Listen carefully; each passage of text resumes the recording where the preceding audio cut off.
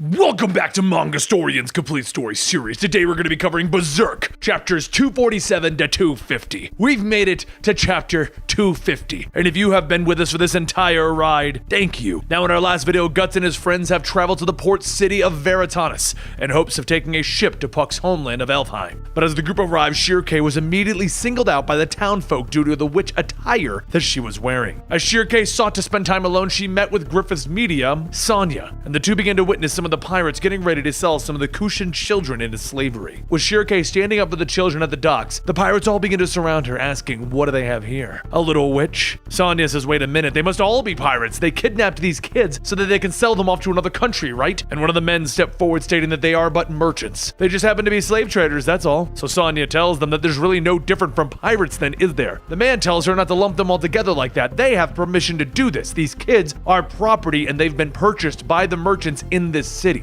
These kids were children of the Kushans that were executed, and they just couldn't leave the kids on the street, so they bought them. Sonya says, oh my, this town will burn for sure for doing these sorts of things. And Shirkei then says that neither the laws of the city nor the logic of the merchants mean anything to a witch such as her. The man yells that he's gonna have to sell her as well, and he reaches out, with Shirkei tapping him on the head with her staff. The man stops moving and tells everyone that he can't move his body. Sonya jumps on Shirkei, yelling, that is so cool! That's magic, right? Was that magic? Just then a rock is thrown, hitting the man in the head, causing him to fall, and Ishidoro appears, saying that this is how things turned out. Sonya pokes Shirkei, asking if he is one of them, and Ivalaria tells her, no, he's just a monkey. Ishidoro shouts to the men that they need to stop committing crimes and leave that mushroom-headed girl alone. She's his friend. And what are they doing with a bunch of kids anyway? Having a picnic? If you were real pirates, you'd start picking up good-looking women. Some of the pirates laugh, and the first one pulls out his sword, yelling that kids shouldn't be messing with adults. Ishidoro leans back, drawing his sword, and with one quick roll, he passes between the man's legs and he slices into one. Ishidoro then looks up at what he did and he says that he did it. He actually cut a human for once. All the rest of the pirates begin to pull out their swords, and just as Shirkei begins to chant her spell, Ishidoro telepathically shouts for her not to do it. Shirkei asks why she shouldn't, and Sonya tells her because he's trying to hide your true powers. Isn't that just cute of him? Sonya then yells, cheering for Ishidoro to take those men out, but Shirkei asks herself, did Sonya just hear their conversation? While Ishidoro continues poking and cutting away at the slave traders, Shirkei sends Guts a message of their location, hoping that he can come rescue them. With Ishidoro running out of energy, the pirates all begin to surround him, and then everyone hears the sounds of a running horse. Everyone looks back with Mule riding up and Ishidoro shouting, hey, you followed me!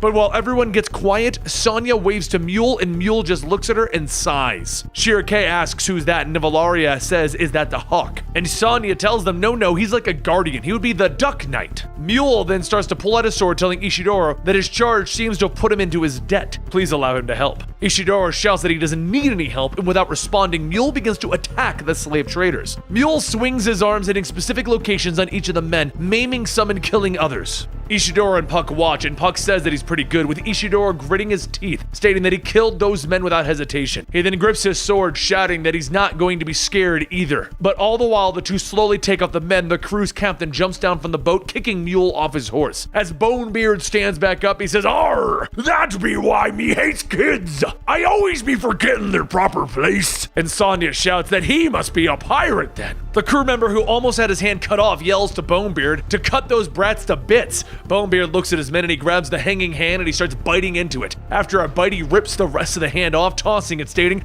that'll do! And just as Bonebeard gets ready to attack, Mule jumps in, crossing swords with the captain. The two go back, parrying each other's strikes, but Bonebeard jumps back onto a small boat, having Mule chase him. As the boat rocks, Bonebeard asks, how the hell can I fight with one shaky foot like this? Mule tries to attack, and the sway of the boat causes him to fall down, and Bonebeard holds his sword right to Mule's throat. But before Bonebeard can push down, Ishidoro jumps in, forcing Bonebeard to block his attack. While Ishidoro continues to swing, Bonebeard jumps from boat to boat, stating, it looks like this one can fight. As Bonebeard is backed into a corner, he tells Ishidoro to hang on for a moment, and he stomps his peg leg down. A second later, a blade springs out of the peg leg, and Bonebeard kicks upward towards Ishidoro's head. He manages to jump out of the way of the blade, but he loses his footing, stumbling back onto another boat. Bonebeard tells him, you've got some spunk, but you ain't got the experience. As Bonebeard steps over to stab him, Shirkei begins to chant. When Sonya tells her to wait, everything's everything's gonna be okay. Just then a voice comes out from under Bonebeard's boots shouting for him to get off, and a hand reaches out grabbing Bonebeard's leg, throwing him into the water. And the man under the sheets says, "Just when I was finally able to forget my hunger and sleep." Azan stands up asking, "Who the devil would plant their boot into a knight's face anyway?" He looks around and sees the slave traders, and then he pauses for a moment as he walks back onto the docks. Once there, he takes out his metal staff shouting, "You scum! I'm gonna exterminate you all!"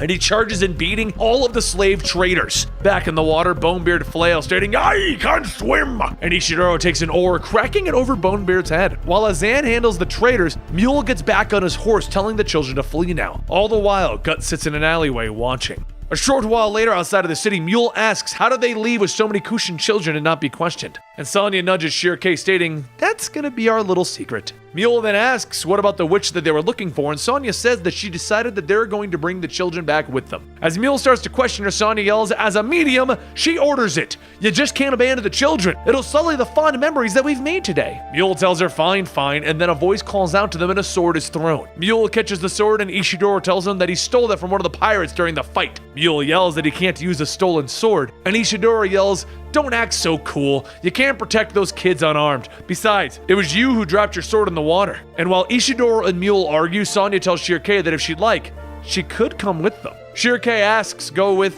you?" And Sonya says, "Yeah, there are many different people here. Nobles, commoners, wanderers, slaves, some not even human. Somewhere where no one judges or discriminates against their fellow peers. We'd be happy to welcome you." Shirkei begins to think of all the things that she witnessed, the things that she's been through. But before she can give an honest answer, Mule shouts to him that he shouldn't let his attention wander during the fight. It was the same as with the pirates. He was afraid to kill them even after they drew their swords. He was being proud. Combat isn't trivial. You just can't save your friends with simple acts. You have no right to call yourself a swordsman. Shirkei watches, ready to step in, but while they go on arguing, she looks off towards the city and sees Guts standing there. After seeing him, she smiles and says that she already has a place that she belongs. And Sonya tells her that she understands, but by any chance, is the man standing by the gate the one that you love? But before she leaves, Sonya formally introduces herself, and through Ishidoro and Mule's punches, they do the same. Mule gets back in his horse and starts to head out, and Sonya calls back that there's one thing that she needs to tell her, and that is to leave the city as quickly as possible. Just then, something inside of Shirkei sparks, and she sees a vision of the city destroyed and wreckage everywhere. She asks what was that, and Sonya tells her, "Until they meet again,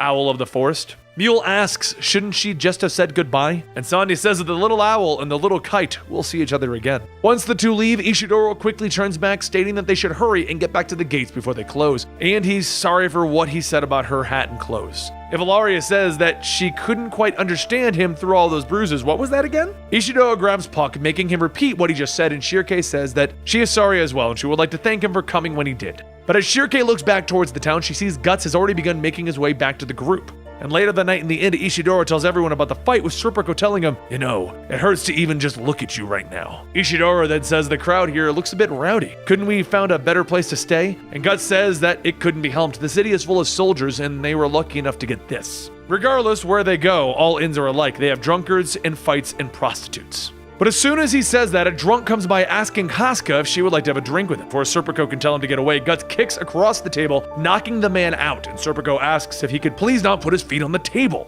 A few moments later, Farnese comes down telling everyone that Shirkei is ready, and Shirkei says that she's not sure about this, but after a few more tugs, she steps out in a commoner dress. Farnese says that the owner of the inn was nice enough to give her some old dresses they had lying around. She looks at her clothes, stating that it's a little tight and hard to move in, and it's unsettling not having her staff as well. Farnese pushes her forward, stating that it's just while they're in the city, and everyone comments how well the dress looks on her. Ishidoro takes a drink from his mug, stating that she's disguised herself pretty good. No one will be able to tell that she's a witch who could take out the entire city. Shirkei begins to stare at him, and Ishidoro asks, "What? What did I say?" And that's when the crowds begin to shout, and a few men begin hitting on Farnese, Casca, and Shirkei tells the girls that they should come with them. The tavern begins to erupt into an all-out brawl over the comments of the drunkards trying to hit on the women. When one of the drunkards reaches out for Shirkei, taking a nearby bottle, Shirkei bashes it over the man's head, and Guts tells her that was pretty good. And Shirkei tells Flora that even with all of this, she can still smile through it all and find the good in this world.